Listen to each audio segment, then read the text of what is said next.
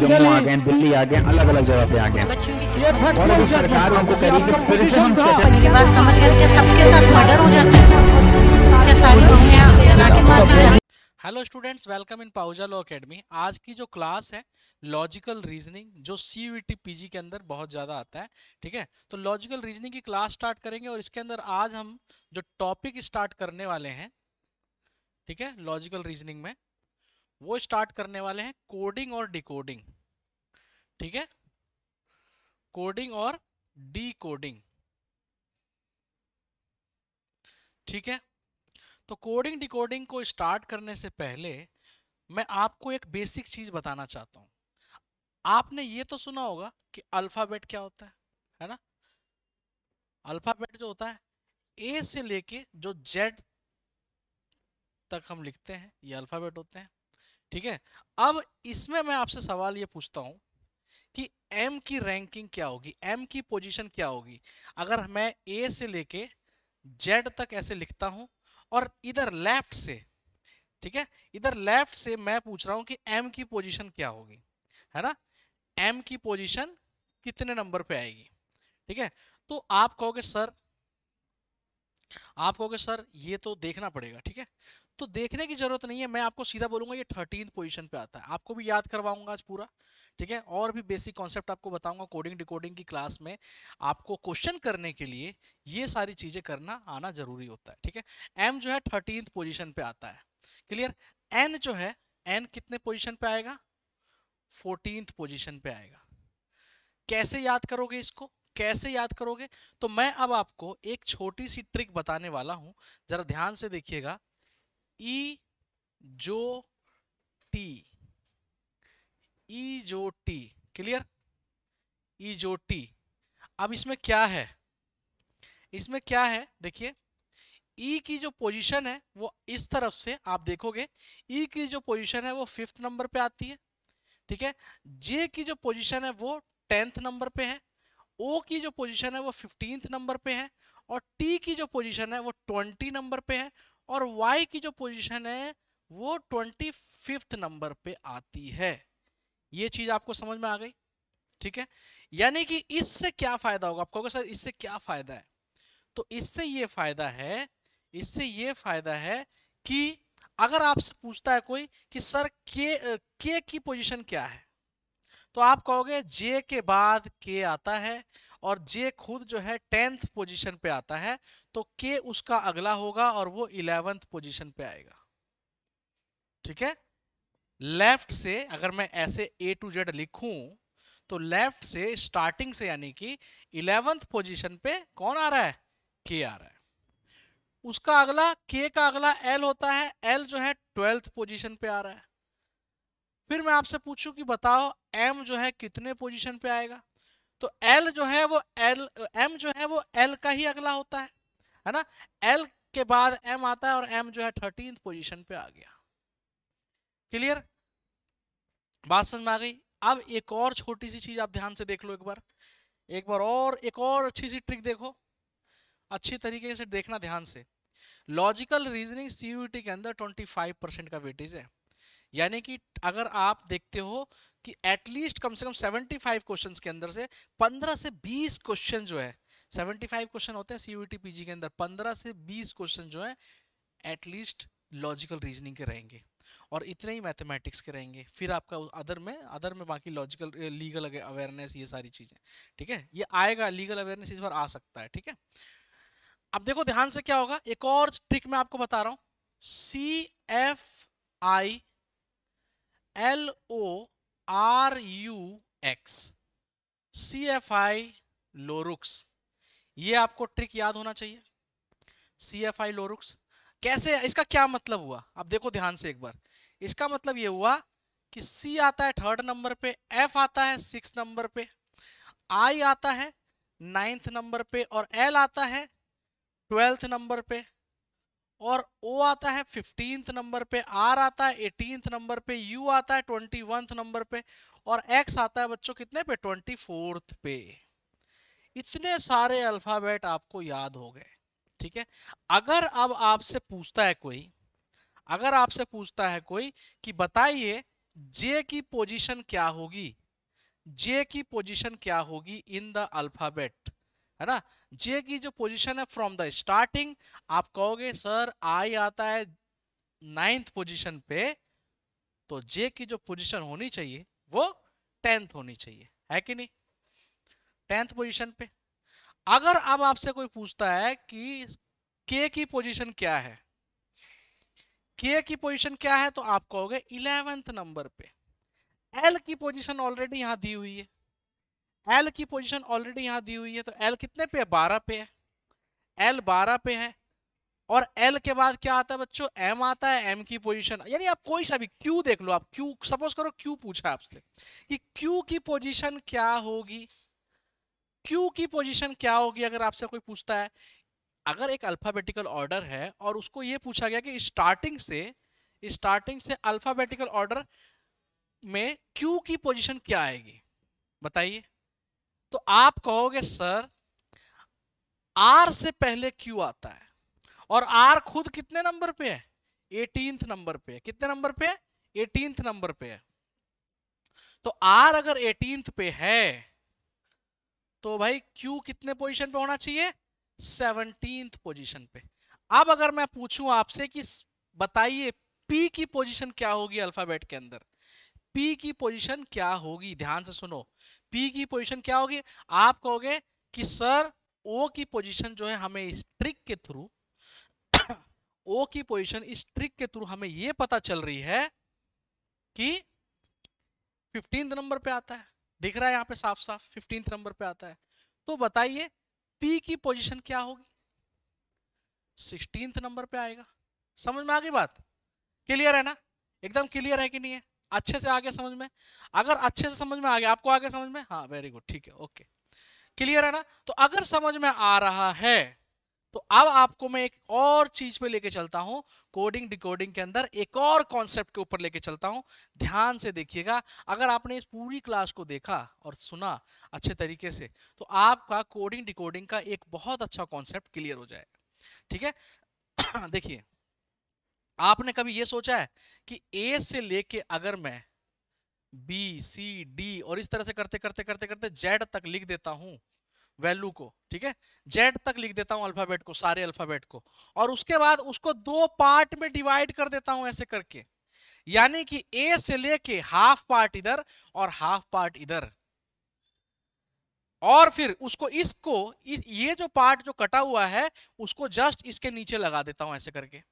तो कभी आपको पता है कि जो ए से लेके टोटल अल्फाबेट कितने होते हैं, टोटल अल्फाबेट जो होते हैं बच्चों कितने होते हैं, 26 होते हैं, हर किसी को पता है, हर किसी को पता है। तो यहां से लेके यहां तक जो होगा 13 होगा, और फिर यहां से लेके यहां तक भी जो होंगे वो क्या होंगे, ये भी 13 ही टोटल होंगे, है ना, क्लियर है, समझ में आ रही बात। तो ये जो लास्ट नंबर पे 13th पोजीशन पे जो अल्फाबेट होगा वो क्या होगा, एम होगा, एम होगा, समझ में आ रही बात। ये जो अल्फाबेट है एम है, ठीक है, और इसी का अगला जो है वो क्या है, एन है ना। तो यानी कि मैं इसको अगर मैं कट करके लिखता हूं यहां पे, तो ये लास्ट में जेड है तो ये इधर आ जाएगा एन, और ये जो उधर लास्ट में जो जेड है वो कहां आ जाएगा, यहां आ जाएगा जेड। बात समझ में आ गई, क्लियर है ना, क्लियर है। अब अगर मैं आपसे पूछता हूं, क्वेश्चन ये है कि जेड के अपोजिट क्या है, जेड के अपोजिट क्या है, ठीक है, जेड के अपोजिट कौन सी वैल्यू आएगी। तो ध्यान देना इधर, जेड के अपोजिट ए है, एम के अपोजिट क्या है, एम के अपोजिट में क्या आएगा, एम के अपोजिट में एन आ रहा है, ध्यान दो इधर, ठीक है। अब एक और इंपॉर्टेंट चीज आपको मैं बताने वाला हूं, जरा ध्यान से सुनिएगा, एकदम उसमें ट्रिक छुपी हुई है, ठीक है। आप ध्यान से जरा इसको एनालिसिस करेंगे, आप लॉजिकल रीजनिंग का मतलब ही उसमें लॉजिक छुपा हुआ रहता है, ठीक है। तो अब अगर आप ध्यान से देखते हो तो ए की जो पोजीशन है बच्चों क्या है, 1, और जेड की पोजीशन क्या है, 26, जेड की पोजीशन क्या है, 26, क्लियर है। अब आप जरा इसको ध्यान से अगर आप देखोगे तो ये क्या होता है दोनों मिलाकर के, 26 और 1 27, यानी कि जब भी आपसे कोई अपोजिट वर्ड, अपोजिट लेटर पूछेगा अल्फाबेट के अंदर कि बताइए बी का अपोजिट क्या है, बताइए क्यू का अपोजिट क्या है, बताइए एम का अपोजिट क्या है, तो आपको अगर एम का अपोजिट पूछा है, क्यू का अपोजिट पूछा है, तो आपको क्या चीज देखना है पता है? आपको क्या चीज देखना है? आपको यह देखना है कि दोनों का सम 27 हो रहा है कि नहीं हो रहा है। अगर मैं आपसे पूछूं कि बताइए बी का अपोजिट क्या होगा, तो आप कहोगे सर बी का अपोजिट बी 2 नंबर पे है, सेकंड नंबर पे है, तो इसके अपोजिट वाला 22वें नंबर पे होना चाहिए, यानी 22 पोजीशन होनी चाहिए उसके अंदर अल्फाबेट में। और अल्फाबेट में 22 पोजीशन जो है वो किसकी है? वी की है। तो बी का अपोजिट बी आ गया, है ना? सॉरी 22वां नहीं, इसका होना चाहिए 25 पोजीशन पे होना चाहिए। दोनों मिलाकर के 27 होने चाहिए, दोनों मिला के क्या होना चाहिए? 27 होना चाहिए। जैसे आपने यहां देखा जेड और ए दोनों मिलाएंगे 27 हो जाएंगे। और इसी तरह से बी का अपोजिट जो होना चाहिए क्या होना चाहिए? वाई होना चाहिए, बिकॉज बी का अपोजिट अगर वाई करोगे तो वाई 25 नंबर पे आता है, और 25 और 2 मिला करके 27 होते हैं। क्या होते हैं? 27। क्लियर बात? एक चीज और आपसे पूछता हूं, ध्यान से देखिएगा एक बार। डी का अपोजिट बच्चों क्या होता है? डी का अपोजिट क्या आएगा? डी का अपोजिट क्या आएगा बताइए? डी का अपोजिट यहां पे क्या लिखेंगे हम? डी के अपोजिट में क्या लिखेंगे एक बार ध्यान दो। डी आता है बच्चों 4th नंबर पे, है ना? डी आता है 4th नंबर पे, और इधर जो वैल्यू आनी चाहिए वो 23 नंबर पे आनी चाहिए। क्यों? बिकॉज दोनों मिलाएंगे तो 27 आना चाहिए। अभी तो समझाया मैंने आपको, अभी तो समझाया है कि दोनों का जो सम होना चाहिए वो क्या होना चाहिए? 27। क्लियर? तो आप देखोगे यहां पे कि 23 नंबर पे क्या आता है, तो 23 नंबर पे प्यारे बच्चों क्या आता है? डब्लू। क्या आता है? डब्लू। आप कहोगे सर ये याद नहीं था हमें, तो मैं आपको याद करने का ट्रिक ऑलरेडी डिस्कस कर चुका हूं इस सेशन के अंदर। मैं आपको पहले बता चुका हूं, इजोटी लिखवाया था मैंने और एक लिखवाया था CFI लोरुक्स। ये लिखवाया था कि नहीं लिखवाया था? लिखवाया था। अब मैं आपसे पूछ रहा हूं डब्लू की पोजीशन क्या है, तो यू की पोजीशन आपकी 21 है, ठीक है? तो यू का अगला होता है वी, वी का अगला होता है डब्लू। क्लियर? 21 के बाद 22 और 22 के बाद 23। क्लियर बात? समझ में आ गई बात? तो ये हो गया आपका डब्लू, यानी डी का अपोजिट डब्लू। ठीक है? डी का अपोजिट डब्लू। क्लियर बात? अगर मैं आपसे पूछता कि बताइए बच्चों एल का अपोजिट क्या होगा, एल का अपोजिट क्या होगा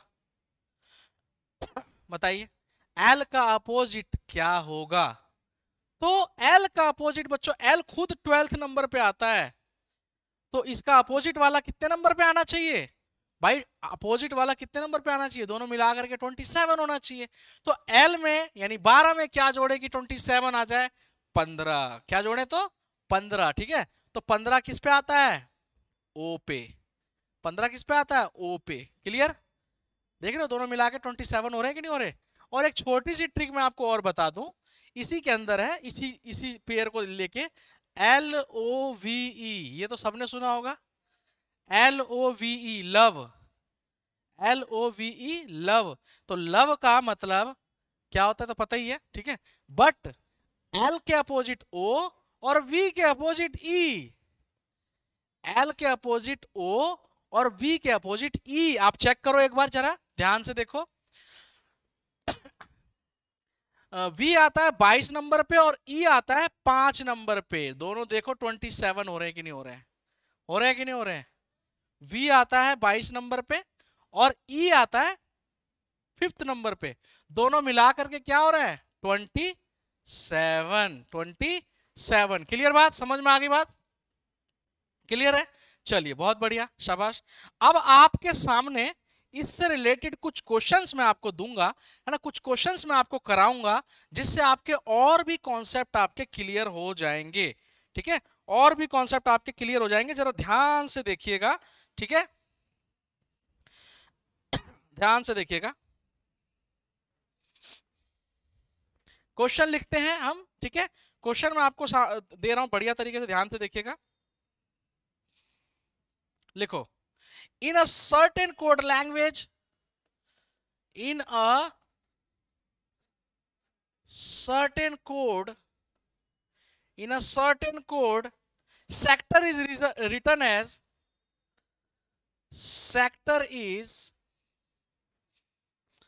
sector को थोड़ा नीचे लिख देता हूं, दिखाई नहीं दे रहा होगा, है ना। सेक्टर इज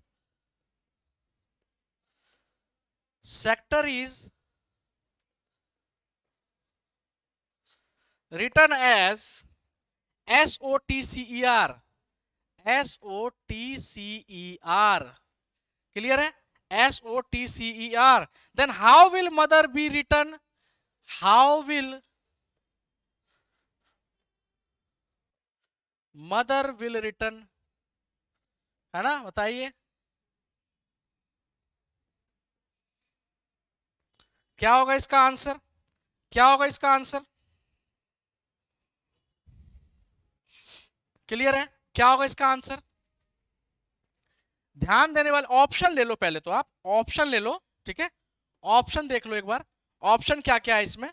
पहला ऑप्शन आपके पास है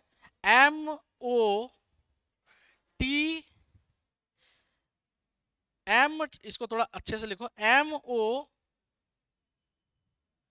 MOMTOHER, है ना, क्योंकि आगे पीछे तो किया होगा।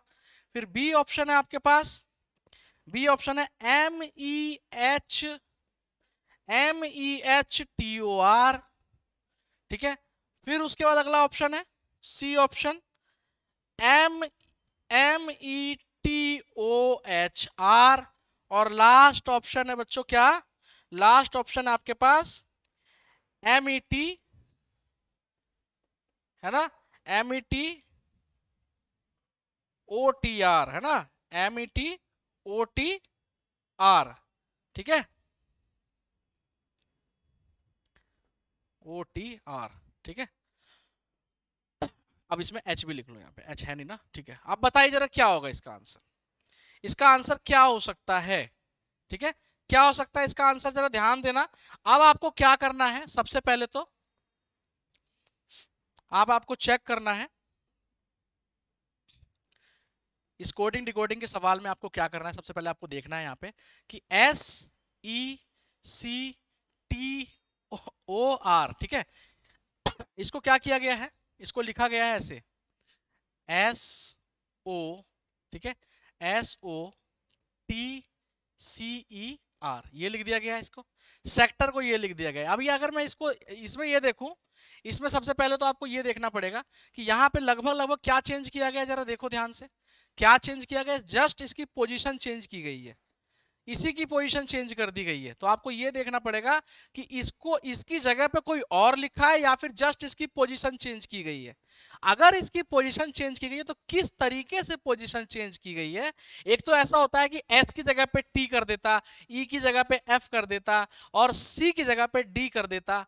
तो ये एक होता है कि उसमें कुछ एडिशन हुआ है, कुछ सब्ट्रैक्शन भी हो सकता है, पीछे कर देंगे तो, है ना। बट यहां पर आप देखोगे ध्यान से कि इसके अंदर इसकी पोजीशन चेंज की गई है, इसके अंदर इसकी क्या की गई है, पोजीशन चेंज की गई है। ध्यान दो इधर, अगर मैं इसको पोजीशन करता हूं 1 2 3 4 5 6, है ना, तो यहां पे मैं देखता हूं कि यहां पे तो फर्स्ट पोजीशन है, लेकिन यहां पे जो फिफ्थ पोजीशन वाली वैल्यू है वो यहां लिख दी है, और T यानी फोर्थ पोजीशन की वैल्यू यहां लिख दी है, C यानी कि 3 पोजीशन वाली वैल्यू यहां लिख दी है, उसके बाद E की वैल्यू 2, है ना, और उसके बाद लास्ट में R 6, है ना, छठे पोजीशन यहां है।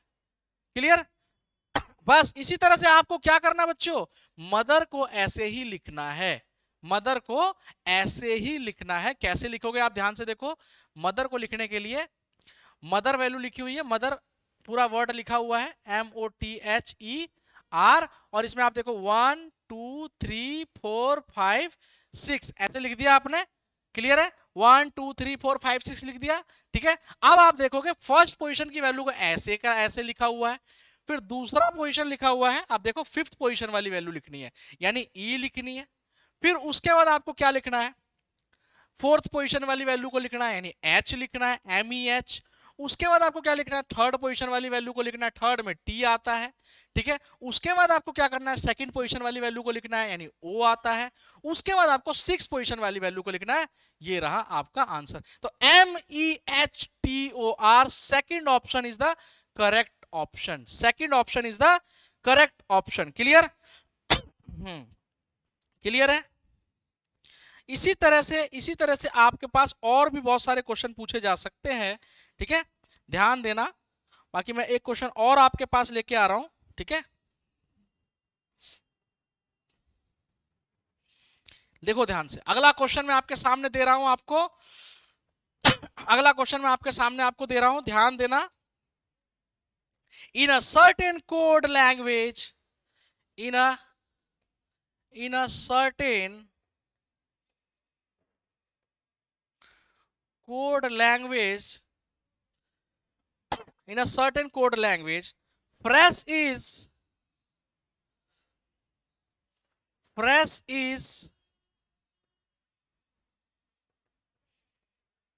written as EQDRG, EQDRG, clear?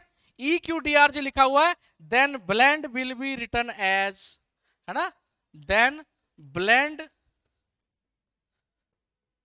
Will be written as. बताइए कैसे लिखा जाएगा इसको, कैसे लिखा जाएगा, है ना, बताइए इसको। आंसर आपके सामने, ऑप्शन आपके सामने मैं लिख रहा हूं, ऑप्शन जरा ध्यान से देखिएगा। A K, clear, AKDMC, clear. B option है बच्चों क्या, बी ऑप्शन आपके सामने AKDCM, और उसके बाद अगला ऑप्शन है AKMDC, सी ऑप्शन AKMDC, और लास्ट ऑप्शन है डी ऑप्शन जो है AKMDC के बाद AKCMD, क्लियर है? AKCMD आपको करना है। आपको देखो कैसे करना है। अब यहाँ पे ये चार ऑप्शन आपके सामने बच्चों मैंने लिख दिए हैं। अब आपको चेक करना है कि कैसे करोगे आप, ठीक है। अब जरा आपको चेक करना है कैसे करोगे, ध्यान से देखना जरा एक बार, ठीक है, ध्यान से देखना। देखो ध्यान से, in a certain code language fresh is written as EQDRG, यानी कि आपको ये करना है कि फ्रेश लिखा हुआ है यहां पे, फ्रेश, क्लियर। अब ये फ्रेश के नीचे लिखना है EQDRG,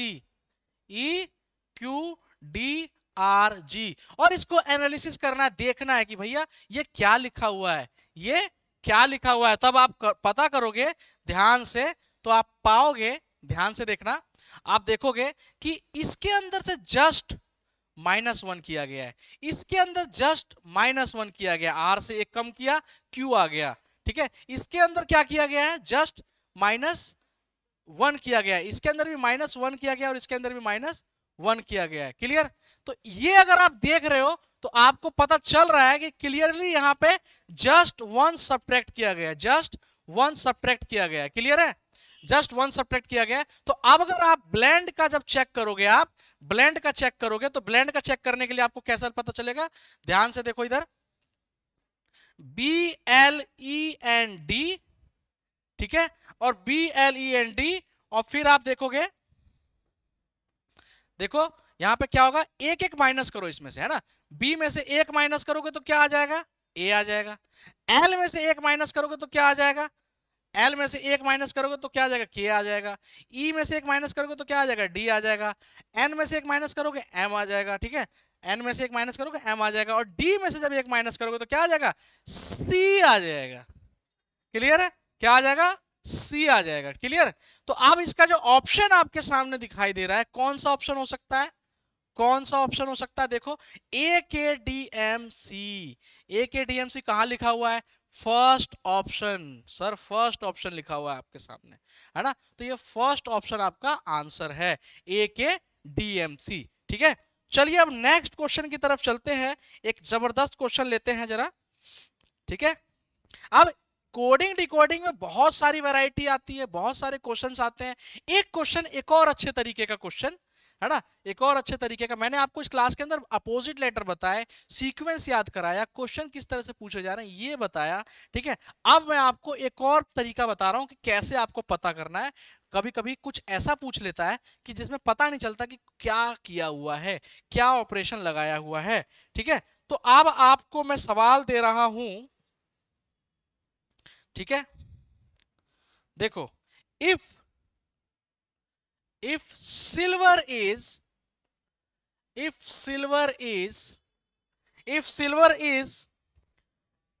coded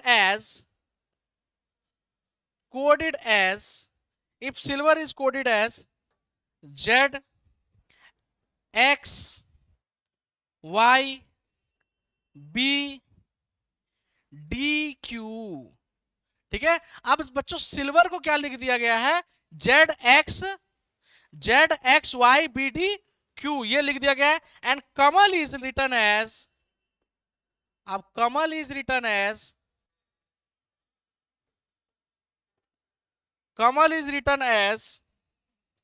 LNCNY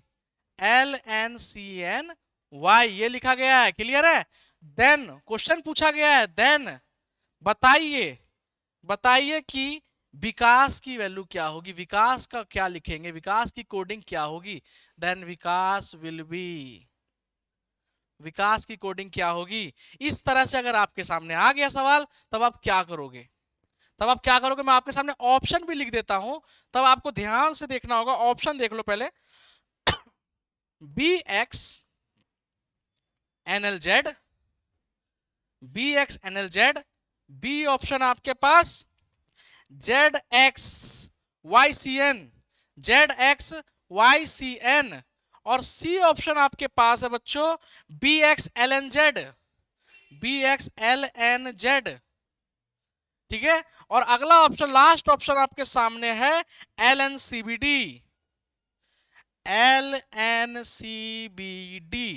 क्लियर। ये आपके सामने 4 ऑप्शन मैंने लिखे हैं। इन चारों में से आपका आंसर क्या हो सकता है, इसको ध्यान से देखो, करने की कोशिश करो, और मैं आपको अब बताने वाला हूं, ठीक है। जरा ध्यान से देखो। सबसे पहले सिल्वर का कोड देख लो क्या है, ठीक है। सिल्वर का कोड देख लो क्या है, और उसका कमल का कोड देख लो क्या है, और उसको डीपली जब एनालिसिस करोगे आप, तब आपको पता चलेगा। देखो सिल्वर का कोड चेक करो, यहां लिख लो सिल्वर, कैसे लिखोगे, सिल्वर, ऐसे लिख लिया। और सिल्वर का कोड चेक करो क्या है, Z, उसके बाद चेक करो X, उसके बाद Y, उसके बाद B, फिर D, फिर Q, और उसके बाद जब इसमें कुछ पता ना चले तो एक और दिया हुआ है, कमल भी लिखा हुआ है। क्या लिखा हुआ है, कमल। तो अब कमल का देख लो एक बार, KAMAL, कमल। अब कमल लिखा हुआ है, कमल की कोडिंग है LNCNY। अब बच्चों इस सवाल को आप जब पता करोगे, आप देखोगे कि क्या पैटर्न फॉलो हो रहा है। तो अब आपको मैं एक ट्रिक बता रहा हूं, इस सवाल के अंदर क्या ट्रिक छुपी हुई है। देखो आप यहां देखोगे, ये 19 नंबर पे आता है और ये 26 नंबर पे आता है। दोनों के अंदर क्या ऐड हो रहा होगा, 19 से 26 जा रहा है, यानी कि इसके अंदर 7 ऐड हुआ होगा। लेकिन यहाँ 9 और यहाँ 24 है, यहाँ का कोई पैटर्न इस तरह का पता नहीं चल रहा है। कुल मिलाकर के ये एडिंग वाला पैटर्न फेल हो गया, अब इसके अंदर एक ट्रिक छुपी हुई है, आपके सामने लिखी हुई है।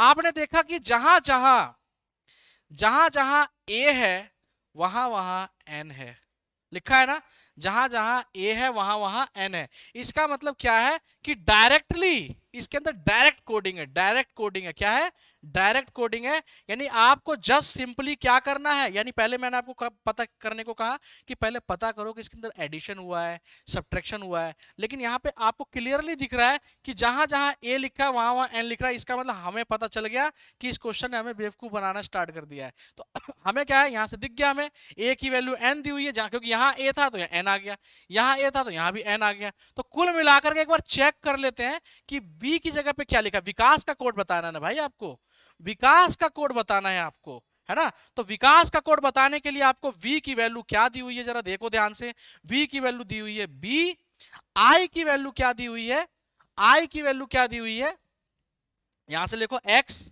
है ना, x आ गया, bx, उसके बाद k की वैल्यू पता करो, यहां से क्या दिया हुआ है, l आ गया, k की वैल्यू l आ गया, तो bxl है किधर, है ना, bxl कहां है, भी पूरा करने की जरूरत भी नहीं पड़ी आपको, हालांकि मैं करवा रहा हूं पूरा, ठीक है, बट पूरा करने की जरूरत नहीं है, बिकॉज bxl केवल एक ही ऑप्शन में है, थर्ड ऑप्शन के अंदर, सी ऑप्शन के अंदर, ठीक है। तो bxl, तो अगर मैं आपको और पूछूं कि विकास के अंदर k हो गया, a की वैल्यू बताओ क्या होगा, a की वैल्यू n होती है ना, a की वैल्यू n दिया हुआ है, ठीक है। उसके बाद s की वैल्यू देखो, यहाँ पे s की वैल्यू z होती है, s की वैल्यू z, यहाँ पे z, इस क्वेश्चन के अकॉर्डिंग z, s की वैल्यू z हो गई, तो bxlnz, bxlnz थर्ड ऑप्शन आपके सामने आपका आंसर हो गया। क्लियर है, बात समझ में आ गई। तो कुल मिलाकर के इस तरह से कोडिंग डिकोडिंग में आपको हाथ पूरा क्लियर करना है, एकदम माइंड एकदम शार्प रखना है। जब भी सवाल आप करने बैठोगे आपको एकदम कूल होकर सोचना पड़ेगा, एकदम कूल होकर के सोचना पड़ेगा, क्योंकि जब एग्जाम में क्वेश्चन आएगा, जब एग्जाम में क्वेश्चन आएगा तो आपसे कभी कभी ये भी पूछ सकता है कि L का अपोजिट क्या है, यानी ऐसे भी क्वेश्चन दे सकता है कि जैसे मान लीजिए A B C D लिखा हुआ है ना, A B C D लिखा हुआ है और इसके अंदर मान लो कुछ ऐड किया गया है ना, कुछ ऐड, मान लो 2 ऐड कर दिया गया है, इसके अंदर 2 ऐड कर दिया गया है, ठीक है, इसमें 2 ऐड करोगे तो क्या आ जाएगा, ये C हो जाएगा, है ना, C हो जाएगा। और इसके अंदर मान लो 4 ऐड किया गया है, तो B में क्या किया गया है, 4 ऐड किया गया, यानी पहले में 2, दूसरे में 4, तीसरे में 6, चौथे में 8, इस तरह से ऐड किया गया होगा। यानी ये पता करना बड़ा मुश्किल हो जाएगा, पैटर्न वो खुद बनाता है ना। तो अगर B में 4 ऐड करोगे तो क्या हो जाएगा, F हो जाएगा, C में करोगे तो I हो जाएगा, और इसमें आप 4 ऐड करोगे तो L हो जाएगा, है ना। मतलब इसमें ये चौथे नंबर पे आता है, और इसमें 8 ऐड करोगे तो क्या हो जाएगा, 12वें नंबर पे आएगा, ठीक है, 8 और 4 12, तो ये हो गया 12, ये हो गया 9, क्योंकि थर्ड नंबर पे 6 और 3 9, फिर ये हो गया आपका, इसमें ये खुद 2 पे आता है, 4 और 2 6, यानी कुल मिलाकर के ये जो पैटर्न फॉलो हो रहा है बच्चों, अगर क्वेश्चन ये आ जाता कि A B C D, है ना, ये लिखा हुआ है और इसकी जगह पैटर्न दिया रहता आपको C F I L, तो बताइए B C D E का कोड क्या होगा। आपसे ऐसे भी तो पूछ सकता है, ऐसे भी तो पूछ सकता है। तो आप क्या करोगे, इसके अंदर आप इसके अंदर पहले पैटर्न चेक करोगे कि इसके अंदर क्या पैटर्न लगा हुआ है, और इसके अंदर फिर वही पैटर्न आपको अप्लाई करना है।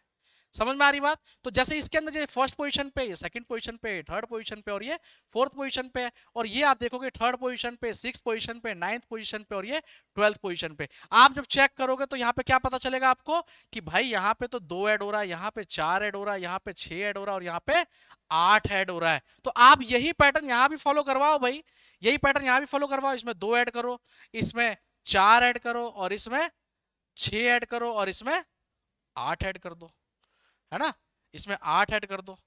क्लियर आ गई बात समझ में। तो बी में अगर आप 2 ऐड करते हो, बी में अगर आप 2 ऐड करते हो तो क्या आएगा, बी खुद दूसरे नंबर पे आता है, और 2 ऐड करोगे तो क्या हो जाएगा, ये डी। सी में आप 4 ऐड करते हो, सी खुद थर्ड नंबर पे आता है, ठीक है, थर्ड नंबर पे आता है, इसमें 4 ऐड करोगे तो 7 हो जाएगा टोटल। 7 किस पे आता है, जी पे आता है। क्लियर। फिर डी है, डी 6 नंबर पे, डी खुद 4 नंबर पे आता है, और इसमें 6 ऐड कर दोगे तो 10 नंबर पे आ जाएगा टोटल। तो 10 नंबर पे कौन सी वैल्यू होती है, अल्फाबेट होता है जे, 10 नंबर पे जे होता है। क्लियर। उसके बाद ई कौन से नंबर पे आता है, ई आता है 5th नंबर पे, उसमें 8 ऐड किया है तो 13 नंबर पे कौन सी वैल्यू आ जाएगी, एम।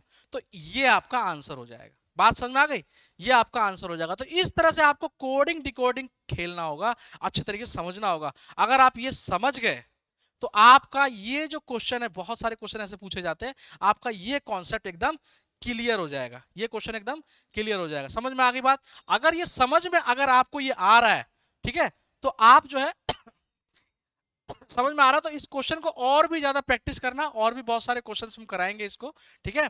तो थैंक यू सो मच, अगर आपको ये सही लगा हो तो, ठीक है, thank you so much. Subscribe for more content.